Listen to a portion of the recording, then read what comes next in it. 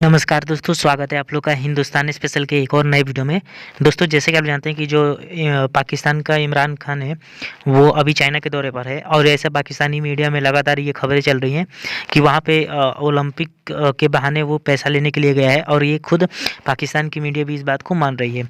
दोस्तों, आपको पता होगा कि जो पाकिस्तान है, जब से इमरान खान आया तब से जो पाकिस्तान में महंगाई है या फिर जो कर्जा है वो सबसे ज़्यादा बढ़ गया है। वो 70 सालों में जितना कर्जा नहीं लिया था पाकिस्तान ने, वो इमरान खान आके 5 सालों में ले लिए हैं। और इमरान खान ने, आपको पता होगा कि उसके पहले बहुत सारे दावे किए थे कि मैं आऊँगा तो कर्जे नहीं लूँगा, IMF के पास नहीं जाऊँगा, अगर IMF के पास चला गया तो मैं मर जाऊँगा या फांसी लगा लूँगा। ऐसी-ऐसी बातें वो किया करता था। लेकिन दोस्तों, आपको पता होगा कि जितने कर्जा भी IMF से लिया गया है वो 70 सालों में नहीं लिया गया था। और ये एक बार फिर से इमरान खान ने रिकॉर्ड तोड़ दिया है। और दोस्तों, आपको पता होगा कि अभी वो चाइना के दौरे पे गए हैं और ये पाकिस्तानी मीडिया में भी काफ़ी खबरें चल रही है कि वहाँ पे कहीं ना कहीं $3 बिलियन एक बार फिर से चाइना से मांगने वाले हैं। तो देखने वाली बात है क्या उनको पैसे मिलते हैं नहीं मिलते हैं। लेकिन पाकिस्तानी मीडिया का ये कहना है कि पूरे मुल्क के साथ साथ अब लोगों को भी इसने भिखारी बना दिया। तो दोस्तों, आइए वीडियो में आगे और बढ़ते हैं और देखते हैं कि आखिरकार पाकिस्तानी मीडिया और इस टॉपिक पे क्या कहती है कि ये $1 बिलियन जो है, इसकी क्या रेलिवेंस है? क्या इसकी $1 बिलियन हमारे लिए ज्यादा इंपॉर्टेंट है, या ये मैक्रो इकोनॉमिक स्टेबिलिटी की बात हो रही है, या और लोन्स हम लेना चाहते हैं, या उसकी बात हो रही है? आप इसको किस तरह देखते हैं? और खासकर जो हमारे फवाद चौधरी साहब और जो फाइनेंस मिनिस्टर साहब की जो ट्वीट्स हैं वो सोशल मीडिया पे डिस्कस हो रही हैं बहुत ज्यादा, आप इसको किस तरह देख रहे हैं? चीमा साहब, मेरी नजर में पाकिस्तान को IMF के पैकेज की जरूरत नहीं थी और ना ही बाहर से और मजीद पैसों की जरूरत है। उसकी वजह यह है कि जिस तरीके से पैसा ड्रेन हो रहा है पाकिस्तान से, जिस तरीके से आपकी रूलिंग एलीट उस पैसे को लेके बाहर भाग रही है, जब तक वो ना रोकेंगे, आप चाहे $10 बिलियन ले लें कहीं से, वो बेसूद है। ये आपका 21वां 22वां IMF का प्रोग्राम है और इसका असर किस पे पड़ेगा मैं अभी बता देता हूं आपको कि ये पैसा तो बाहर जाएगा। ये बिल्कुल आपकी रूलिंग एलीट का कोई 1000-2000 बंदा है, उनकी प्रॉपर्टियां बच्चों की तालीम पे खर्च होगा। अब इसका जो IMF का पैकेज है ये किस तरह आएगा, इसकी अभी पहली किस्त है ये। सबसे पहले तो मैं ये कहूंगा कि मुझे खुद अफसोस हुआ कि लोगों ने इस्तेमाल लफ्ज किया, शुक्र अल्हम्दुलिल्लाह पैसे मिल गए। कर्जा कौम के ऊपर आपकी खुद मुख्तारी सारी आपने गिरवी रख दी है और उस पर आप शुक्र अदा कर रहे हैं। एक तो आपका एटीट्यूड ठीक नहीं है बिल्कुल। अब मैं ये कहूंगा जो IMF के पैकेजेस का हिस्सा है वो क्या चीजें हैं। वो सबसे पहले आपको कहते हैं कि अपनी इंपोर्ट बंद करें, इंपोर्ट आप बंद नहीं कर रहे। BMW और प्राडो आपकी जरूरत है वो आप बंद नहीं कर सकते। अब दूसरी चीज उन्होंने कहा कि टैक्स कलेक्शन आप बढ़ाएं। अपनी टैक्स कलेक्ट किनसे करेंगे? वजीर और वजीरों के रिश्तेदार तो नहीं देंगे। वो कौन देंगे? जो लोग बेचारे मजबूर हैं, जो छोटे दुकानदार हैं, छोटे फार्मर हैं, छोटे बिजनेसमैन हैं। और दूसरा, मुलाजम पेशा लोगों से तो टैक्स पैसे ही उनकी तनख्वाहों से ले लिया जाता है। अब वो जब होगा, जब टैक्स बढ़ेगा, एक छोटी सी मिसाल ये दूंगा, आजकल जिस तरह यूरिया नहीं मिल रहा आजकल, उसके पीछे भी आपके टैक्सेशन का सुना है कि एक अमल दखल है। आपका डॉलर $200 पे जाएगा क्योंकि आपने मनी चेंजर्स के ऊपर भी टैक्स लगा दिया है। और फिर वो करते क्या है, उन्होंने कंज्यूमर को पास ऑन करना है।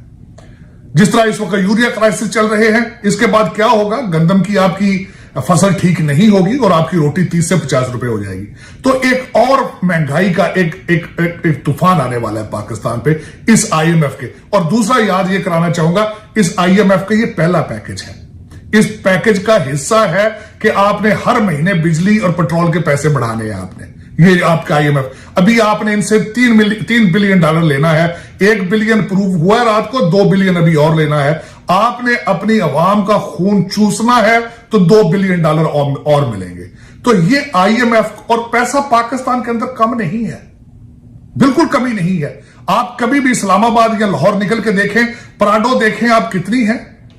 आप लोग देखें कि शादियों पे किस तरह पैसा उड़ाते हैं लोग, किस तरह शॉपिंग अभी कर रहे हैं, बाहर लोग रेस्टोरेंटों के ऊपर खाना किस तरह खाते हैं।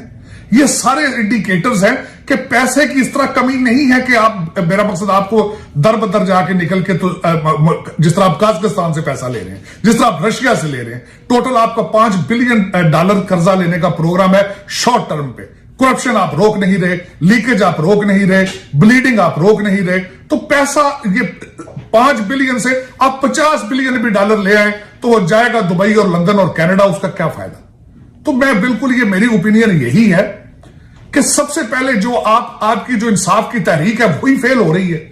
आपकी अकाउंटेबिलिटी सिर्फ अपोजिशन के लिए है, आपकी अकाउंटेबिलिटी सिर्फ एक आम पाकिस्तानी के लिए है। जब तक आप अपना जुडिशियल सिस्टम, सजा जजा के सिस्टम को ठीक नहीं करेंगे तो ये बाहर के पैकेजेस आपको क्या करेंगे? कोई इसका बेसूद है?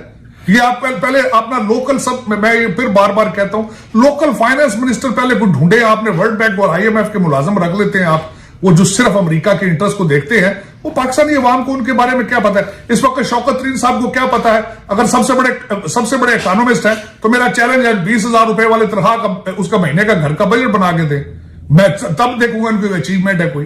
तो वरना सारा दिन नंबर ब्लूमबर्ग के बताने, सारा दिन लोगों को यहां पे वॉल स्ट्रीट जर्नल की स्टोरियां सुनानी, ये बेफजूल है, लोगों को एक टोपी ड्रामा है। तारिक साहब, ये बताइएगा कि इमरान खान साहब तो कहा करते थे, इस सवाल का जरा एक और पॉइंट ऐड कर लें। इमरान खान साहब कहा करते थे मैं खुदकुशी कर लूंगा, मैं फांसी लगा लूंगा, मैं IMF नहीं जाऊंगा। और ये जो है वो, ये जो बाकी लोग IMF जाते हैं, ये बहुत बड़ी ज्यादती कर रहे हैं, IMF मुल्क का खून चूसता है। तारिक साहब, क्या हमारे सियासतदान हमें बेवकूफ बनाते हैं कि वो जब इस तरह के बड़े बड़े नारे लगाते हैं, हम IMF नहीं जाएंगे, हम कर्जा नहीं लेंगे, हम भीख नहीं मांगेंगे, और ये जो इन्होंने जो है वो जो बाउल पकड़ा हुआ है, मांगने वाला बाउल पकड़ा हुआ है और दुनिया के सामने जो मांग रहे हैं, ये क्या उस वक्त सिर्फ नारे हुकूमत में आने के लिए थे, या आप समझते हैं कि इमरान खान को वाकई पाकिस्तान की इकोनॉमिक सिचुएशन का अंदाजा नहीं था? क्योंकि कहने को तो यह है कि जैसे इन्होंने हुकूमत संभाली थी, अगले 6 महीनों में उनकी पार्टी के अंदर ये लड़ाइयां होती रही, IMF जाना कि नहीं जाना, तो सियासत करते रहे, या इनको पता ही नहीं था कि ये हालात हैं? इनको आप सिर्फ ये IMF का, इनके और भी कई अगर देखें, इनके डिसीजन है, इन्होंने आज तक अभी हर तकरीर में कहते हैं मैं NRO नहीं दूंगा। NRO तो इन्होंने नवाज शरीफ को दिया, वो डील के जरिए गया।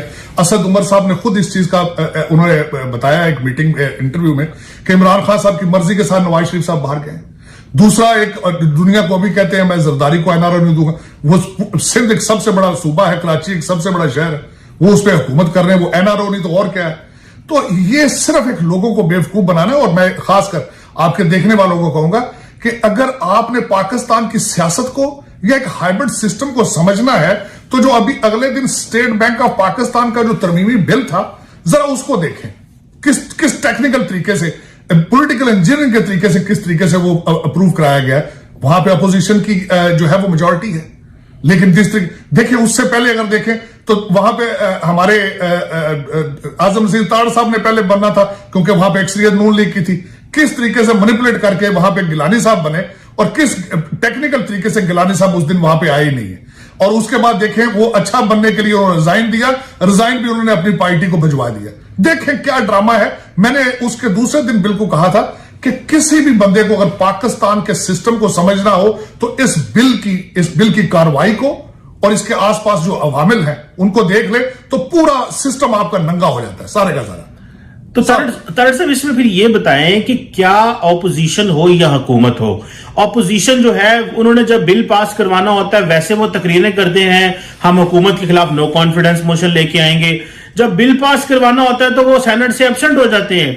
तो क्या इनके खिलाफ कोई इस तरह के केसेस है, इनको डराया जाता है, धमकाया जाता है, ये फिर कॉम्प्रोमाइज कर जाते हैं, बाहर मीडिया पे जा कहते हैं हम इमरान खान की अकाउंटेबिलिटी करेंगे। जिस दिन आपको वाकई जिस दिन पाकिस्तान की फाइनेंशियल सॉवरेनिटी की धज्जियां उड़ाई जाती हैं और लीगली पाकिस्तान जो है वो IMF के जाल और शिकंजे में आ जाता है, उस दिन ये पार्लियामेंट से एब्सेंट हो जाते हैं।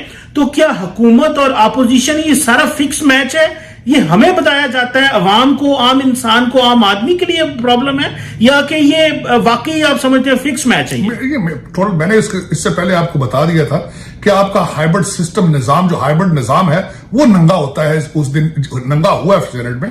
अब उसमें देखें, इससे भी मजीद अगर देखा जाए तो आप बाहर इन्होंने नेशनल असेंबली के अंदर कापियां फाड़ी, गद्दार गद्दार नारे लगाए, कपड़े इन्होंने एक दूसरे के फाड़े, लेकिन उसके बाद इकट्ठे होकर तो वोट दिया।